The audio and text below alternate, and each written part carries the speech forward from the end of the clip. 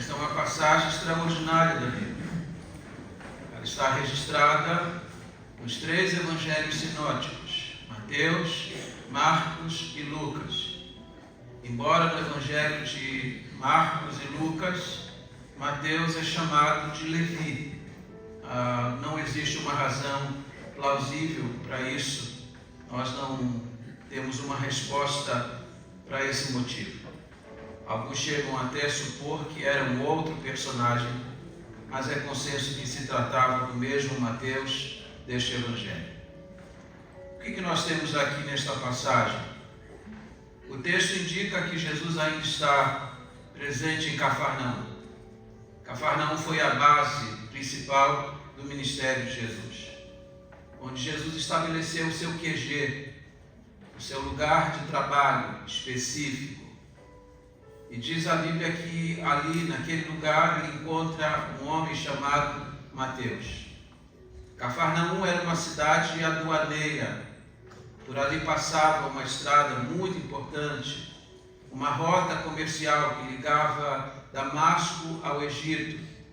Nenhum produto entrava naquela região e nem saía dela sem que fosse taxado, sem que fosse cobrado imposto. E é ali que Mateus está trabalhando. É ali que ele está exercendo a sua função em nome do Império Romano. E diz a Bíblia que Jesus está saindo de Cafarnaum. Ele está partindo dali. Mas antes de sair de Cafarnaum, passando por ali, ele vê um homem chamado Mateus, um cobrador de impostos, e lança sobre ele o seu olhar e faz a ele um chamado específico para uma obra específica. Mateus é aquele que recebe a graça de receber um duplo chamado. Ele é chamado para a salvação e ele é chamado no mesmo instante para o serviço do Mestre. Que privilégio! Ser chamado para a salvação é considerado o maior privilégio que um homem pode receber. Mas o Senhor cumulou de mais um, deu a ele o privilégio de servir entre os apóstolos de Jesus Cristo. Vamos olhar para a passagem, vamos prospectar as lições que este texto pode nos ensinar, pelo menos à luz daquilo que o vosso pastor pôde compreender. Em primeiro lugar, a escolha de Mateus. Mateus não era a escolha mais recomendada. Os publicanos eram considerados as pessoas mais vis e desprezíveis dentro de Israel. Eram considerados inimigos da pátria, porque compravam o direito de cobrar impostos em nome de Roma. E não apenas isso, eram também mal vistos, porque eram considerados desonestos, porque na hora de cobrar o imposto, via de regra, sempre acrescentavam algo a mais. O Talmud, que é um livro importante dentro da religião judaica, uma espécie de extensão ou de suprimento para a Torá, se refere aos publicanos e aos cobradores de impostos como sendo semelhantes aos porcos, imundos como os porcos. Naqueles dias, um publicano não podia entrar em uma sinagoga. Um publicano não servia como testemunha em um processo. O seu testemunho não era válido, porque ele não era confiável. Se era casado e se tornava um publicano, a esposa tinha direito de pedir o divórcio. Uma das poucas ocasiões em que uma mulher podia iniciar o processo. Se estava vivo, a família deveria considerá-lo como morto. Se estava morto, tinha que ser sepultado fora de Jerusalém. Eram considerados os piores. Adolf Paul se refere a eles como homens violentos e como assaltantes. Pelo menos era assim que eram vistos. Eram vistos como assassinos e homens violentos, porque muitas vezes, na hora de cobrar o imposto e recebendo a recusa, ou ofendiam, ou batiam e até mesmo podiam matar aqueles que estavam sendo cobrados. Dr. John MacArthur diz que, segundo o costume daqueles dias, era impossível um publicano se converter. Era impossível que um publicano se arrependesse.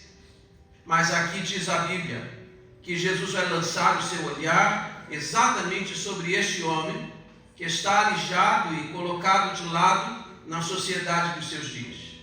A pessoa que era olhada de uma forma bastante desprezível, Jesus vai lançar o seu olhar sobre eles. E segundo os especialistas em recursos humanos, Jesus era um péssimo recrutador. Vocês sabem que as escolas secundárias, muitas delas, procuram dentro dos seus quadros aqueles alunos que são considerados notáveis. Grandes empresas estão vasculhando as universidades, procurando alunos excelentes para investir neles.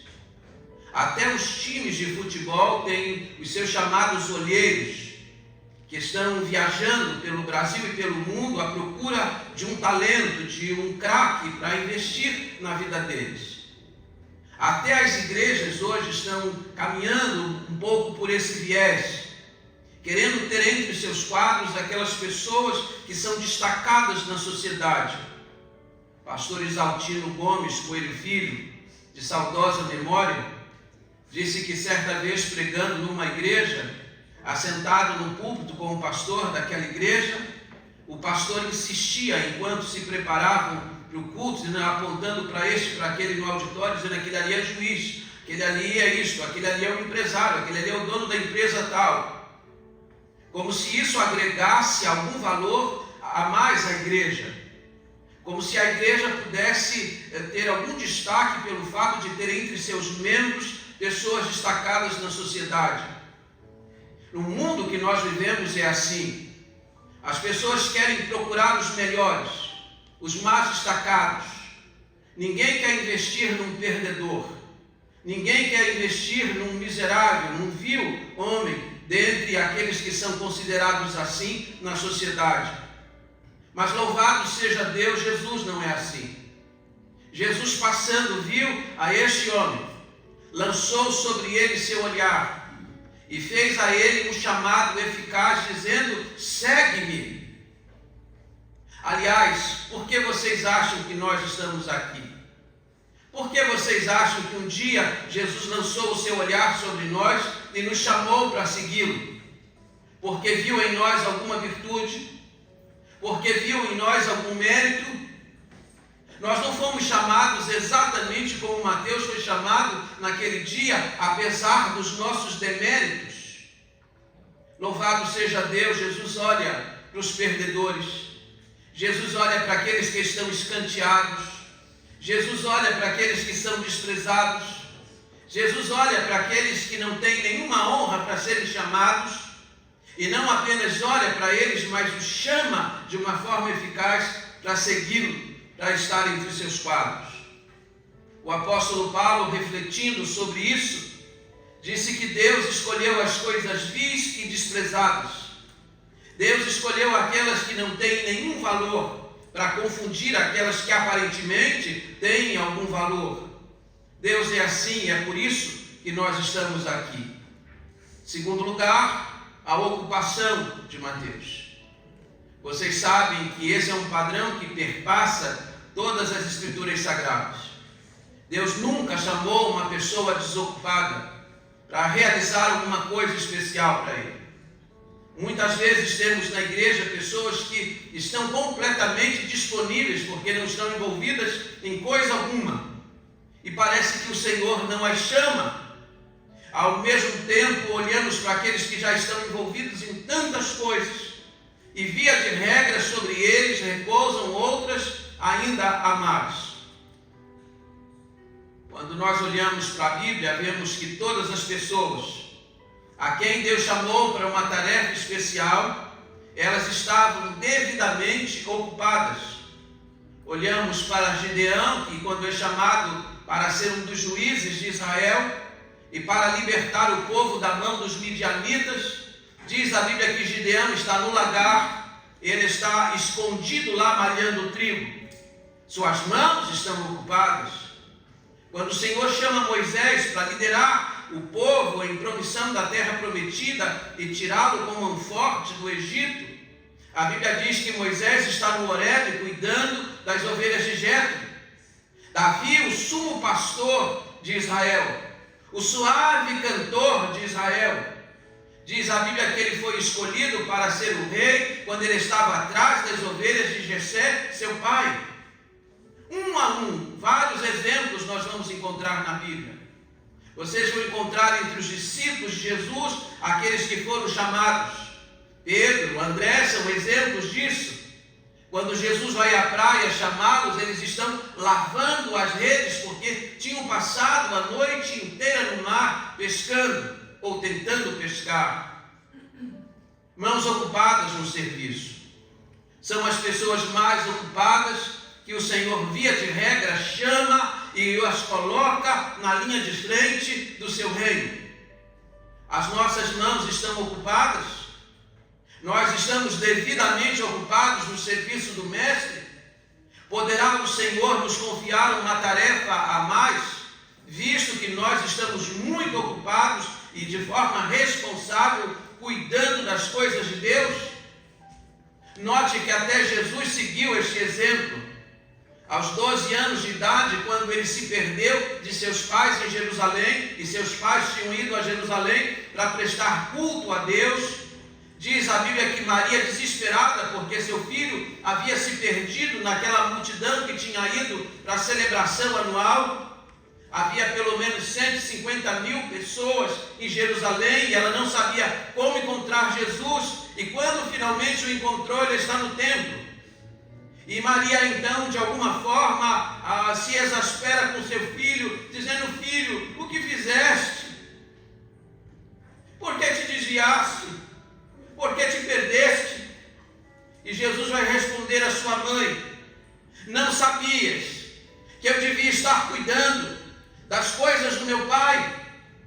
Você está cuidando das coisas de Deus? Você está ocupado com as coisas de Deus? E aqui me permita lembrar, porque algures eu tenho falado isso aqui, na medida em que você cuida das coisas de Deus, Deus cuida das suas coisas. Esteja devidamente ocupado. Terceiro lugar, a prontidão de Mateus. Diz a Bíblia que Jesus passa por ele, lança seu olhar sobre ele, Jesus que está deixando a cidade aduaneira, e então faz-lhe um convite: segue-me, sem dar nenhuma explicação para ele. Aliás, Jesus não deu nem explicação para Mateus, nem para nenhuma pessoa que estava à sua volta, porque Jesus poderia ser cobrado. As pessoas podiam dizer: Senhor, não faz muito sentido o Senhor ter entre seus quadros exatamente um publicano, ter entre os seus apóstolos e seguidores exatamente um dos homens mais odiados dentro da nação de Israel. Senhor, o Senhor corre risco de ver uma debandada de seguidores. Jesus não dá explicação a ninguém. Aliás, a Bíblia diz em Marcos 5 que quando Jesus escolhe seus apóstolos, ele escolhe como ele quer. Diz a Bíblia que depois de orar, ele escolheu aqueles a quem ele quis. A vontade dele, ele é soberano na escolha. Ele escolhe inclusive os miseráveis, aqueles que são considerados vis. Jesus não deu explicação nem a ele, nem a ninguém. Disse a ele apenas: segue-me. Ele ouviu a voz do soberano, da maior autoridade do universo, e se levantou e passou a segui-lo. É interessante que ele não cobra explicações, ele não pergunta para que ele deve seguir o Mestre, ele apenas se levanta e vai. Ele mostra a prontidão diante da ordem que está recebendo. Um princípio a mais, replicá-lo aqui não vai aumentar a nossa impaciência. Nós não precisamos entender a vontade do Senhor, nós devemos apenas obedecê-la. Você não está aqui para compreender o que Jesus quer, você está aqui para fazer o que Jesus quer. Segue-me. E ele se levanta e passa a segui-lo. Em terceiro lugar, a recompensa de Mateus. Nós vivemos numa sociedade acostumada a perguntar: e o que eu ganho em troca? Nós vivemos numa sociedade que mede as coisas pela vantagem. Troca-se um emprego por outro, por aquilo que o outro oferece a mais. Deixa-se uma casa para morar em outra, porque esta tem algo a mais. A nossa mentalidade ela está acostumada a pensar assim. E aí de repente você pergunta: o que este homem ganhou em troca? É verdade que a função que ele ocupava era uma função desprezada em Israel, mas muito vantajosa. Ninguém se tornava cobrador de impostos apenas por uma nomeação. As pessoas compravam esse direito. Somente pessoas que tinham bastante recursos podiam comprar de Roma um título para poder começar a cobrar impostos na Palestina. Este homem comprou o direito de cobrar impostos. E quando ele comprou esse direito, ele sabia de antemão que provavelmente ele ficaria muito rico, porque os publicanos em Israel, via de regra, eram muito ricos, porque sempre cobravam a mais dos impostos devidos a Roma. O que este homem ganha em troca? Porque quando Jesus o chama para segui-lo, Jesus o chama também para deixar aquela vida, para deixar seu trabalho, para deixar as vantagens deste mundo. O que ele ganha em troca?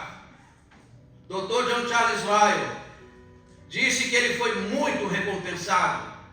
Ele recebeu a graça de Deus de receber a salvação. Ele recebeu a graça de se tornar um discípulo e um apóstolo de Jesus Cristo.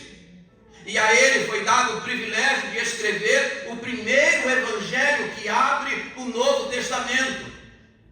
Saibam que o nome de muitos reis e príncipes ao longo da história já foram esquecidos.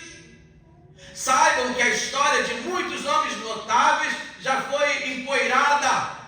Mas o nome de Mateus será sempre lembrado enquanto esse mundo existir. Guarde esse princípio: Deus nunca tira algo de você sem dar a você algo melhor. De repente eu tenho aqui neste auditório alguém que diz assim: eu renunciar a minha vida, meu trabalho, o meu salário, as minhas vantagens, a minha segurança, para me tornar um missionário. Marcolina Magalhães é missionária dos batistas brasileiros, hoje já aposentada, mas ela conta que quando chegou em casa e disse para sua mãe: Deus me chamou para ser missionária. O seu pai se levantou e disse: eu não sonhei isso para você. Eu sonhei que você ia se tornar uma médica. Eu sonhei uma carreira vitoriosa e não que você se tornasse uma missionária. Mas a bem da verdade, Marcolina Magalhães não se tornou apenas uma missionária. Ela marcou a história desta nação brasileira. Hoje, se você vai a Tocantins, e eu fui a Tocantins, fui visitar pelo menos 5 igrejas em Tocantins, e em vários lugares por onde eu passei, as escolas públicas, via de regra, está lá o nome dela, Marcolina Magalhães. Ela trabalhou a educação secular naquela cidade, a cidade de Palmas. Ela marcou a história daquele lugar. As principais igrejas batistas que estão fincadas dentro do estado do Tocantins foram iniciadas por Marcolina Magalhães. Ela não se tornou médica, mas Deus fez dela uma missionária. E não apenas isso, Deus fez com que ela marcasse a história daquele estado. Hoje ela é honrada, seu nome é honrado em cada lugar por onde ela passa. Deus nunca tira algo de você sem dar a você algo melhor.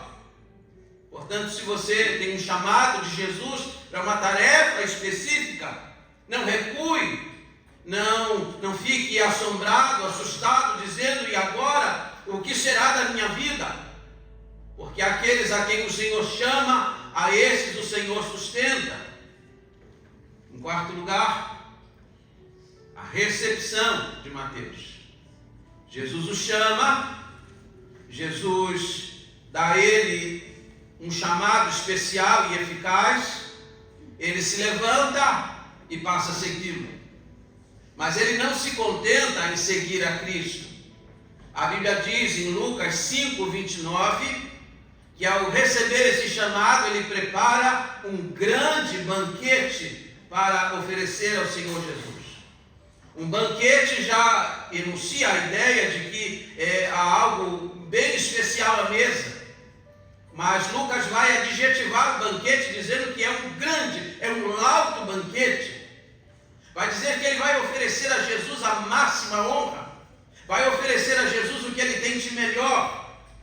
E diz a Bíblia que ele prepara um alto banquete e convida numerosos publicanos para ir à sua casa. Ele enche a sua casa de publicanos. Ele quer apresentar Jesus aos seus amigos de trabalho. Ele quer se despedir da sua vida em alto estilo.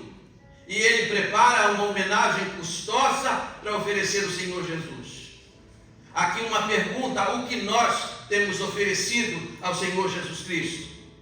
A minha experiência desses 35 anos de ministério prova que boa parte dos crentes estão oferecendo apenas aquilo que sobra.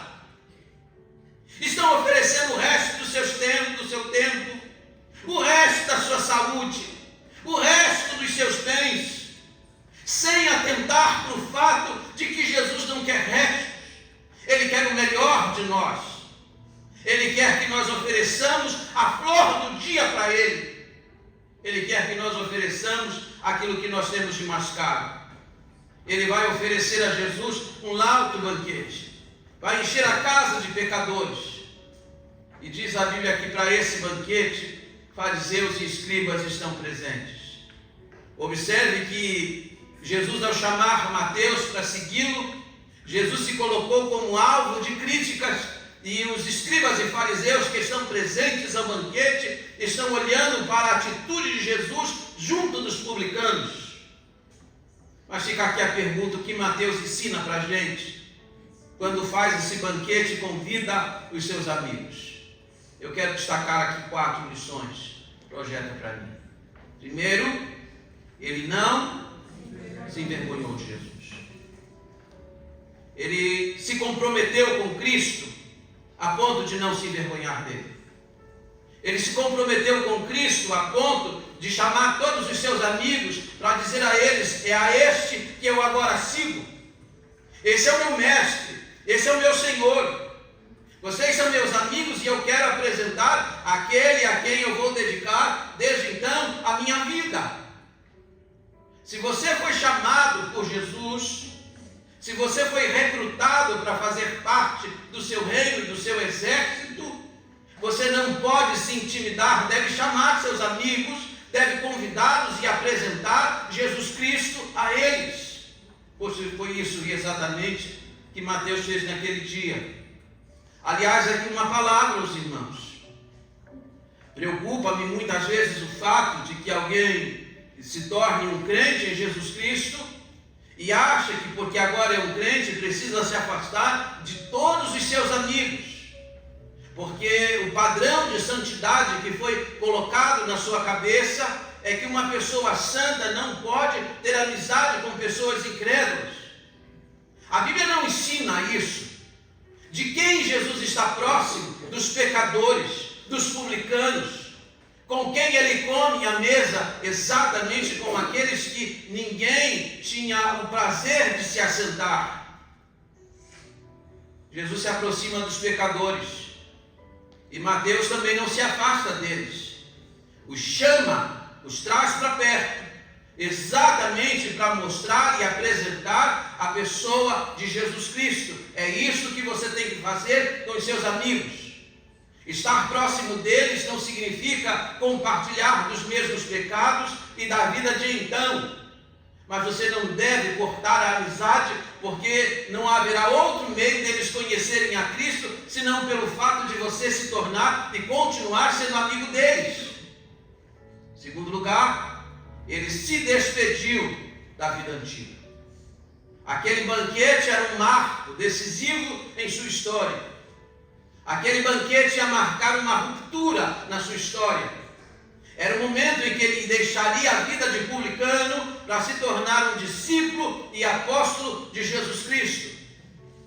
Tem que haver um momento na nossa vida de ruptura. Tem que haver um marco na nossa história. Quando realizamos aqui a pública a profissão de fé para batismos, sempre pergunto qual foi o momento. O irmão, a irmã identifica o momento em que essa decisão aconteceu, em que esse compromisso com Cristo se firmou. Tem que haver em nossa vida um antes e um depois, e este banquete vai marcar na vida de Mateus o antes e o depois da vida dele. Ele está fazendo esse banquete para dizer: nunca mais eu volto à coletoria, nunca mais eu vou extorquir alguém. Aliás, a partir de hoje, eu vou investir a minha vida não na destruição, mas na salvação de pessoas. Terceiro, ele transforma a sua casa em uma agência. A casa de Mateus naquele dia se transformou num instrumento de salvação. Ele fez exatamente aquilo que Cornélio havia feito quando mandou chamar a Pedro. Ele preparou sua casa, ele encheu sua casa. Ele fez da sua casa um instrumento para salvar pessoas perdidas. Encheu sua casa de pecadores e convidou Jesus para entrar naquela casa, para que Jesus pudesse então, de alguma forma, imprimir a sua influência e o seu poder na vida dos seus amigos. E em quarto lugar, ele mostrou o pioneirismo. Até então não havia registro de um publicano seguindo a Cristo. Ele foi o primeiro. Ele abriu a porta para que outros viessem depois dele. Zaqueu veio depois, era o chefe dos publicanos e também recebeu a Cristo como seu Salvador. Você pode ser o primeiro na sua casa, você pode ser o primeiro na faculdade, você pode ser o primeiro no seu setor de trabalho. Eu recebi uma senhora aqui na igreja e disse: pastor, na minha família não tem registro de nenhum crente. Eu disse para ela: então a senhora seja a primeira. Abra a porta para que outros possam vir depois. Mateus está mostrando pioneirismo neste caminho. Ele está abrindo a porta para que outros publicanos se acheguem a Jesus Cristo. A partir do seu exemplo, outros observaram que Jesus não tinha uma santidade repelente, que podiam também se aproximar dele. E aqui eu vou terminar. Por favor. Vou terminar com 3 lições finais e práticas. Quando Jesus está naquele banquete, que está sendo servido por Mateus, a Bíblia diz que os fariseus e escribas estão ali observando, provavelmente não foram convidados, apenas entraram, porque a lei oriental dizia que quando uma porta estava aberta, qualquer pessoa podia entrar no recinto. Pelo fato deles estarem observando Jesus comendo com os publicanos, e eles pensam: como pode? Ele está comendo com esses homens. Indica que eles não estão participando do banquete. Eles estão apenas ali como observadores, procurando motivo para censurar o Senhor Jesus Cristo. E eles censuram, lançam sobre ele uma pesada crítica, embora não tenham coragem de fazê-la diretamente à pessoa do Senhor. Eles vão fazer essa censura de forma indireta. Vão perguntar para os discípulos de Jesus: por que come o vosso mestre com os publicanos? Como pode? Ele que se diz tão santo, está comendo com pessoas tão vis e desprezíveis? Como pode ele se assentar à mesa com pessoas desse tipo, desse naipe? Eles não fazem a crítica diretamente a Cristo, mas Cristo escuta. Todas as vezes que você fala, Ele escuta. Todas as vezes que você pensa, Ele sonda. Não há nada escondido para Jesus. Como eles fazem a crítica, e a crítica é dirigida a Ele, Jesus vai dar 3 respostas a esses homens. Primeiro, acerca da sua missão. Ele disse: eu não fui enviado senão aos doentes. Eu não vim para os sãos, eu vim para doentes. Quem são os sãos nessa história? Os sãos aqui são os fariseus e os escribas. Quem são os doentes? Os publicanos, assim como Mateus, que são cobradores de impostos, que são desprezados aos olhos da multidão, que são marginalizados na sociedade. Esses são os doentes para os quais Jesus Cristo veio. Ele não veio para os sãos. E aqui preste muita atenção no que eu vou falar. Quando Jesus diz que não veio para os sãos, ele não está fechando a porta do reino para fariseus e escribas. Ele está apenas dizendo que a porta não se abre para aquele que não reconhece que é doente. Só os doentes é que vão ao médico. Ou alguém aqui acordou assim, estou me sentindo tão bem, não tenho doença nenhuma, mas mesmo assim eu vou no médico hoje. Não conheço nenhum exemplo assim. A gente até faz um exame periódico, o check-up, para ver se há alguma coisa que ainda não foi identificada, mas via de regra, ninguém vai ao médico se não sabe que está doente. Dwight Lyman Moody, o grande missionário e o grande evangelista de Chicago, nos Estados Unidos, disse que um dia foi evangelizar numa penitenciária chamada Tombs, na cidade de Chicago. E ele foi então à primeira cela e perguntou à pessoa que estava ali o que o senhor fez. Aquele preso disse a ele: eu não fiz nada, eu sou inocente. Então ele foi à segunda cela: o que o senhor fez? Eu não fiz nada, eu sou inocente. Terceira cela: o que o senhor fez? Eu não fiz nada, eu sou inocente. Visitou 50 celas e todos diziam que eram inocentes. Até que na 51ª cela, ele perguntou o que o senhor fez. Ele disse: eu cometi um roubo. Ele disse: graças a Deus, eu achei um pecador. Graças a Deus, eu achei alguém que admite que fez alguma coisa errada. O que está acontecendo nesse banquete? Todos aqui são doentes, mas só alguns reconheciam que estavam nesse estado. Não havia ninguém são naquele lugar, todos eram doentes, e doentes por causa do pecado, mas somente um estava reconhecendo esse fato. E Jesus disse que a menos que você reconheça a doença, ele não veio para você, ele só veio para curar aqueles que reconhecem a sua debilidade e a sua miséria. A segunda coisa, acerca do interesse de Jesus. O que é que Jesus está buscando? Se você olhar Isaías capítulo 1, Deus estava enojado da vida religiosa de Israel.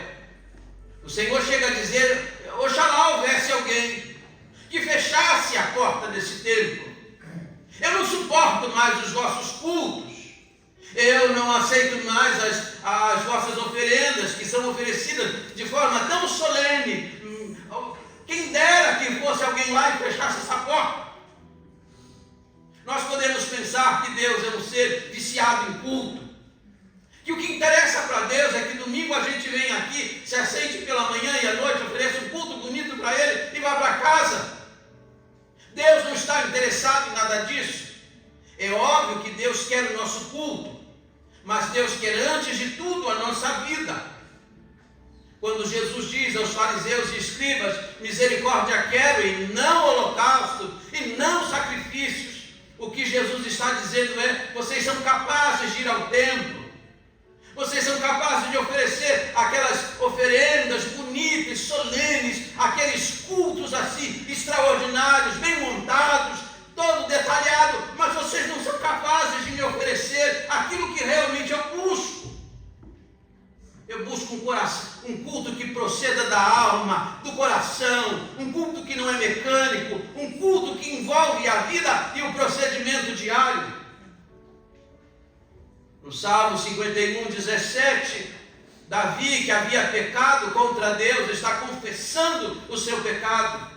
Ele disse que Deus ele está interessado não em cultos, não em holocaustos, mas há um coração quebrantado e contrito, Deus não despreza, disse ele.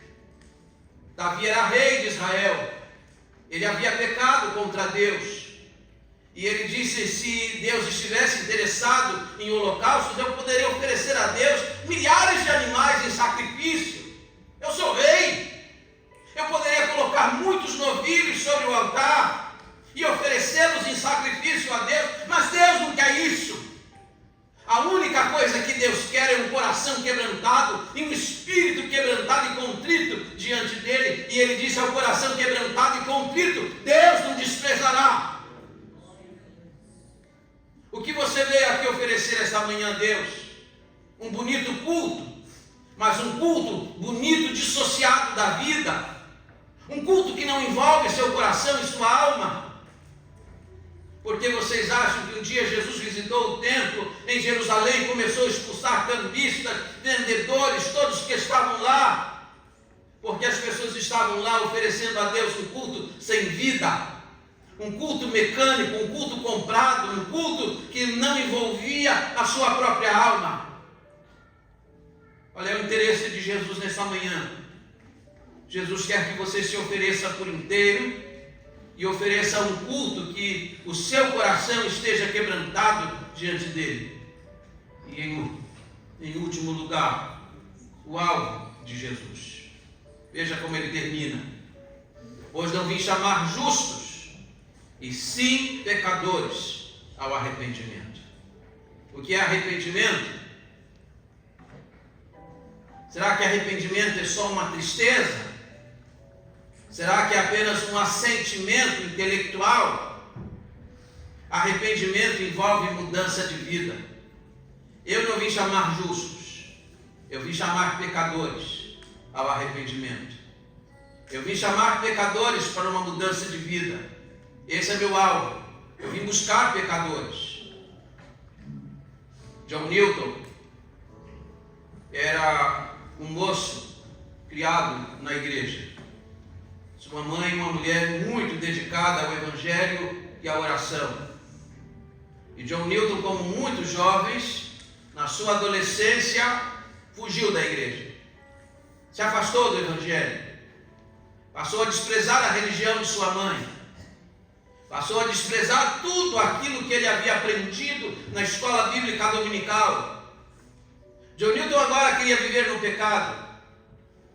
Aos 25 anos ele se tornou traficante de escravos.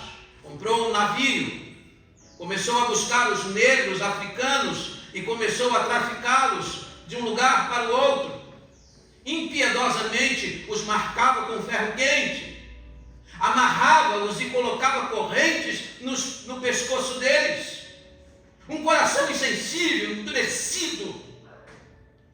Mas esse moço foi objeto das orações de sua mãe. E a sua mãe pedia constantemente a Deus que quebrantasse o coração dele, que o alcançasse. E eu penso que você deve considerar o que eu vou falar agora. Porque às vezes a gente acha que Deus só vai alcançar as pessoas se elas estiverem num templo como esse. Deus mandou uma violenta tempestade no mar. E o barco que ele estava transportando aqueles escravos começou a ser levado de um lado para o outro, e com medo da morte, ele lembrou-se da sua mãe, lembrou-se da sua igreja, lembrou-se da escola bíblica dominical e ousou fazer uma oração: ó Senhor, tenha misericórdia de mim, ó Senhor, me salva. E quando ele terminou de fazer a oração, o Senhor a ouviu e então mandou a calma para o mar, e ele então levou o seu barco para o porto e libertou todos os escravos. Daquele dia em diante ele viveu 43 anos e se tornou um dos pastores mais destacados da Inglaterra. A graça de Deus o alcançou de tal maneira que ele compôs o hino que nós cantamos nesta igreja: maravilhosa graça, graça de Jesus. Quem Jesus veio chamar? Ele disse: eu vim chamar pecadores. E a menos que você se reconheça como um, você não terá chance alguma de salvação. O convite só está disponível para aquele que é pecador. Eu não vim chamar justos.